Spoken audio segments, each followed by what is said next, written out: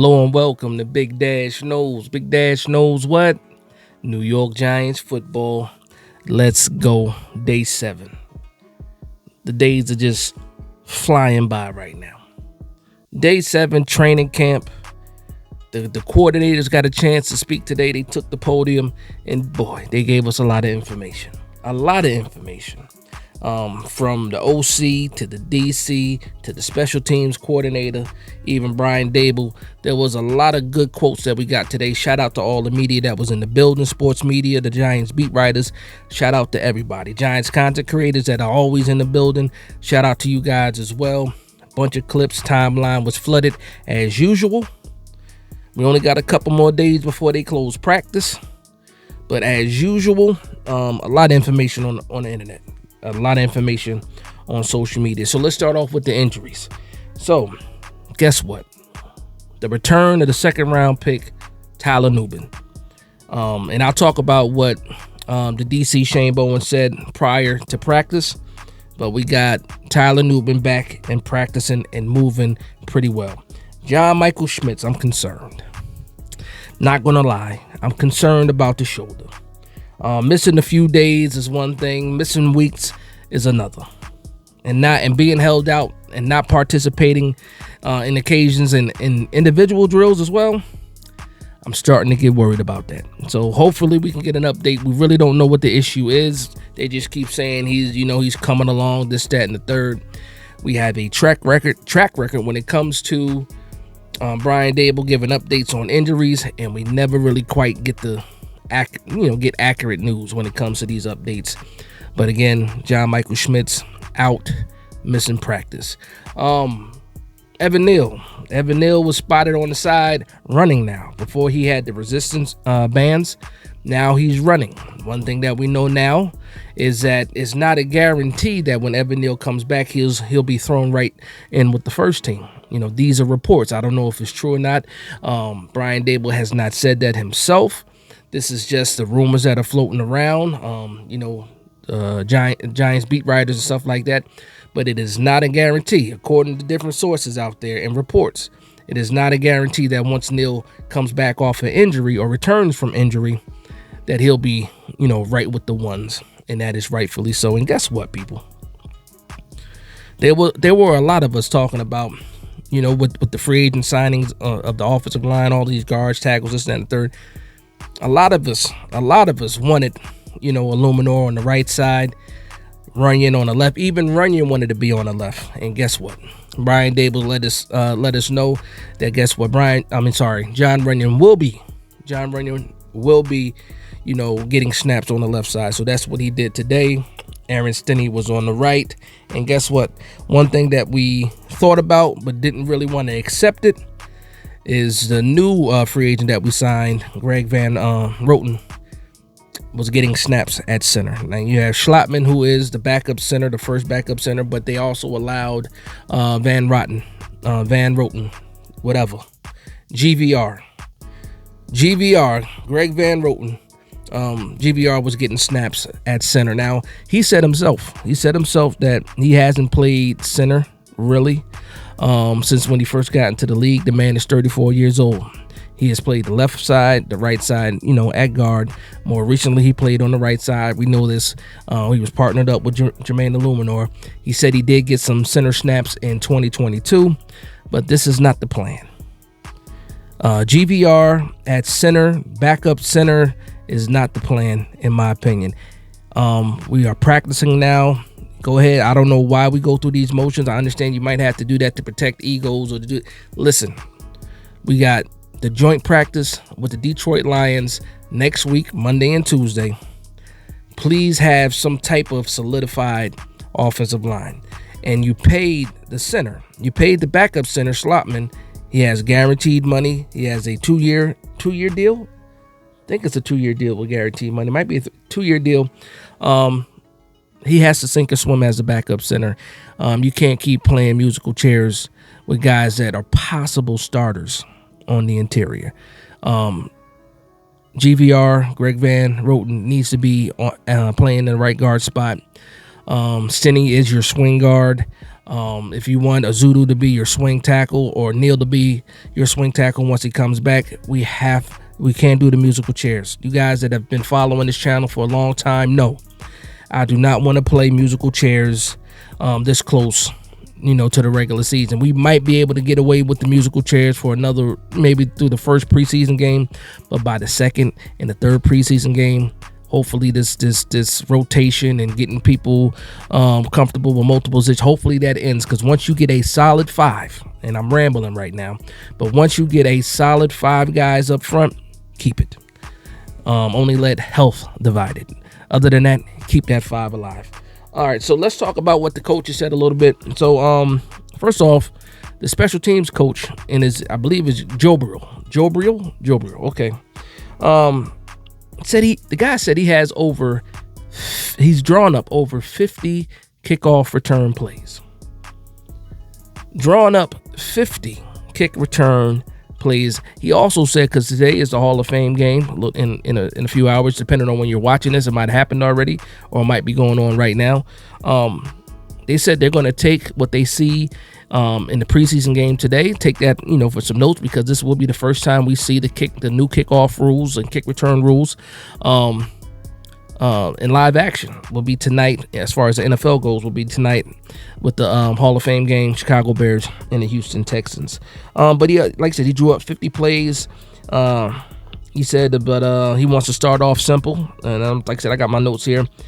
He did also mention how important field position is for the offense. In order to score points, you want to have good starting field position. And that's the one thing about I guess about this situation is with this new rule, with this new setup, and being that the defense or the kicking team cannot even move until that ball is caught. That's a incredible advantage for the receiving team. Receiving team can't move either, only the returners, but that's just a incredible advantage, and it goes to show you exactly what the NFL is trying to do. They want more action, they want more points, and field position is a big part of that. Now, they did say the first 2 guys that were back there were McKenzie and Gunnar Olszewski. The second group of returners were Tyrone Tracy and I believe Dante Miller. I think it was the 2 running backs. Now, here's the thing. If that second group, Tyrone Tracy and Dante Miller, can solidify the returning responsibilities, I don't know what's going to happen with punt return, but that opens up the wide receiver room, because you keep a guy like Gunnar Olszewski and McKenzie because of their returning ability. They're they've done it for a while. They're known for special teams. But if you can solidify Tyrone Tracy and Dante Miller as your return guys, that opens up that wide receiver room. And maybe instead of carrying a 7th wide receiver and that guy being strictly a kick returner or possibly a punt returner, you have the option of either Tyrone Tracy or Dante Miller to be those return guys, and it frees up some roster space. Again, shout out to Gunnar Olszewski. The first Giant to have a return touchdown in a long time, since number 17. I can't remember the guy's name now. We got him from Dallas, but number 17. I'm pretty sure it'll come to you guys' head before mine. I'm gonna go to Mike Kafka first before I go into Shane Bowen's comments. So Mike Kafka, man, it hurts. It kind of hurts to see the situation with Mike Kafka. I put out a tweet saying pretty much that they gave him a promotion and title, but also he was demoted as far as his role goes.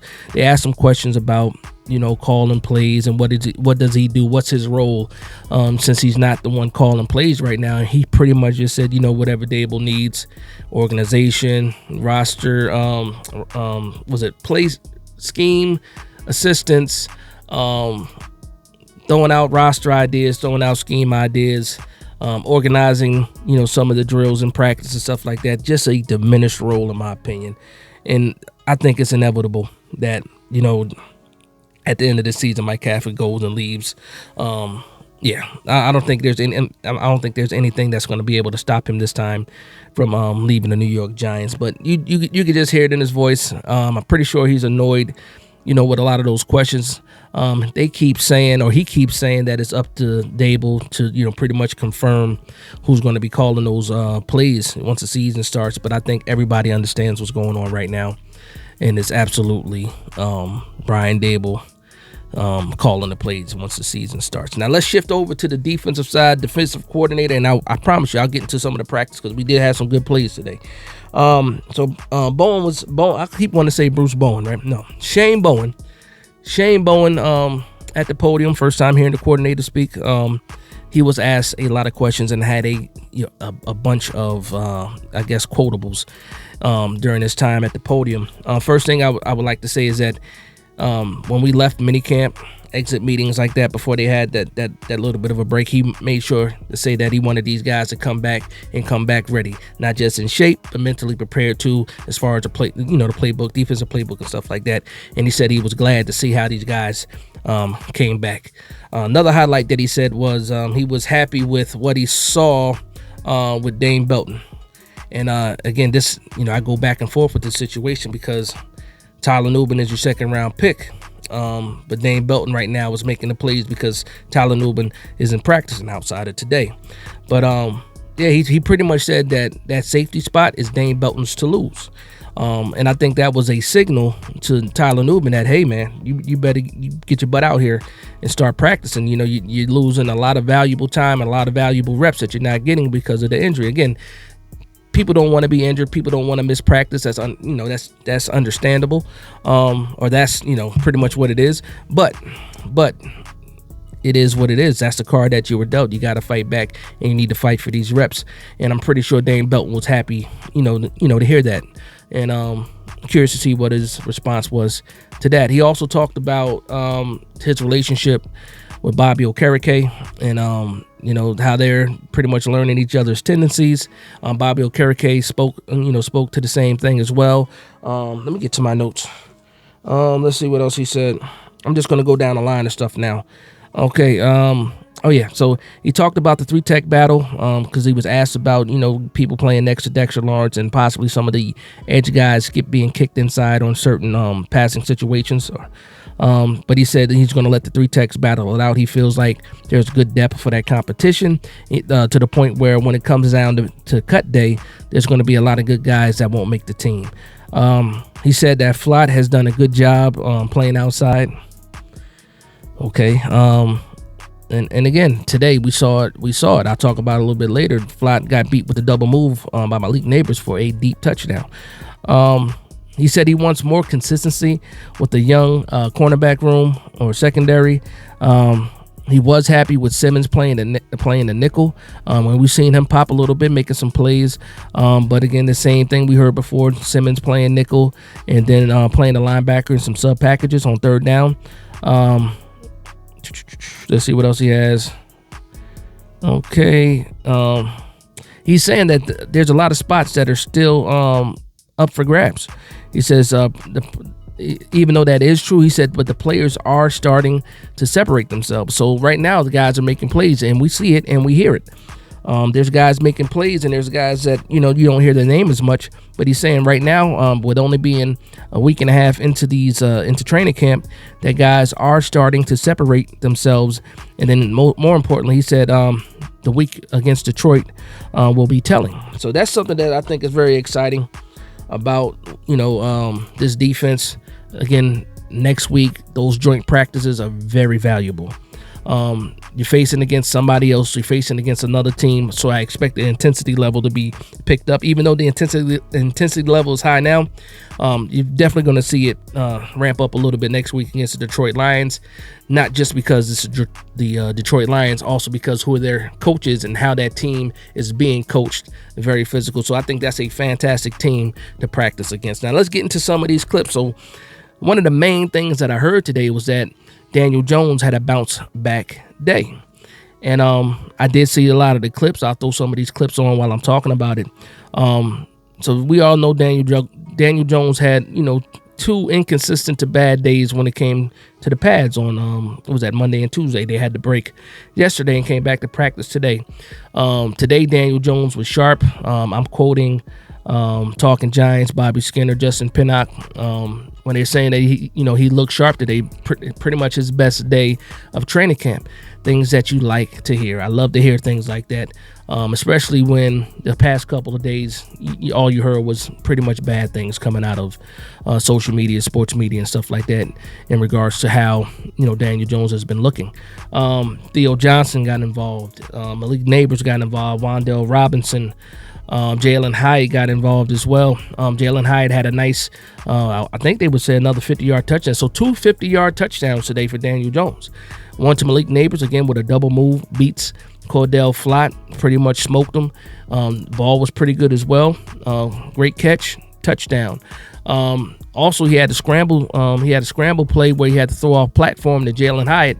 The ball was in the air for a long time. Hyatt did have to make an adjustment, but he did throw off platform. He was scrambling out to the right, but the ball did get there. So I don't think there's like a lack of arm strength when it comes to Daniel Jones. Mike Kafka talked about it as well. He said that it's more about timing and getting chemistry with the wide receivers, learning their speed and stuff like that. But again, we're in practice 7, a better showing. So I guess whatever they're saying is working. In practice, yes, practice does matter. Practice matters. Now, it wasn't just all the offense today. The defense was making plays as well. Bobby Okereke had 2 tip passes. I believe both tip passes ended up being interceptions. One went to actually Deontay Johnson. Bobby Okereke had high praise for Deontay Johnson. And guess what? For the last couple of days, I guess I've been in denial. We knew that Brian Dable said that Micah McFadden was coming back off of, just a slight injury during minicamp. And, he was holding back a little bit. But despite that, you're really seeing Deontay Johnson getting first-team reps and a lot of reps when it comes to that middle linebacker spot next to Bobby Okereke, to the point where Bobby Okereke is calling him a playmaker and also calling Deontay Johnson pretty much, when you look at him, a clone of himself. That's very, very high praise. And guess what? He was a UDFA, Deontay Johnson. And guess what? If he can make plays, why not? Because behind those two guys, now behind Bobby Okereke, it's kind of wide open when it comes to these middle linebackers. So if Deontay Johnson is pushing Micah McFadden, fantastic. Outside of that, you do have Darius Mursal, and then outside of that, you do have Darian Beavers as well. Carter Coughlin is actually injured, undisclosed injury, and did not practice today. I don't know if I got to that in the beginning, but UDFA Alex Johnson out of UCLA, guy that was getting some play at nickel, played safety today, ended up with 2 interceptions today. So, guys are taking advantage of their opportunities. Practice is practice. You're not getting a lot of reps, but these guys, it's just some people you want to pay attention to when you start getting into these preseason games, because with a lot of the starters not playing, you really want to see what you have as far as depth pieces, for this team. But yeah, so overall, a good practice today. Shout out to Daniel Jones for a bounce back practice. I believe they said he was 11 for 15 today. Don't quote me on that. I believe that's what I heard or read, that he was 11 for 15, but also some big throws, big connections to 2 superstars, 2 hopeful future superstars for the New York Giants, and Jalen Hyatt and Malik Neighbors. Theo Johnson too. Theo Johnson had a couple of good grabs today too. He showed off his athleticism. He was hit down the seam on a free play. Shout out to Justin Pinnock in the clip that we saw, pretty much saying free play. That's funny.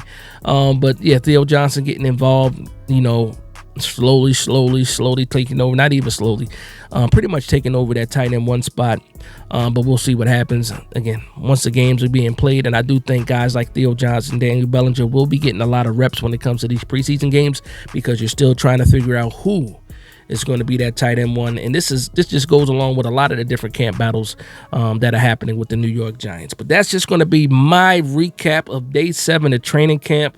New York Giants.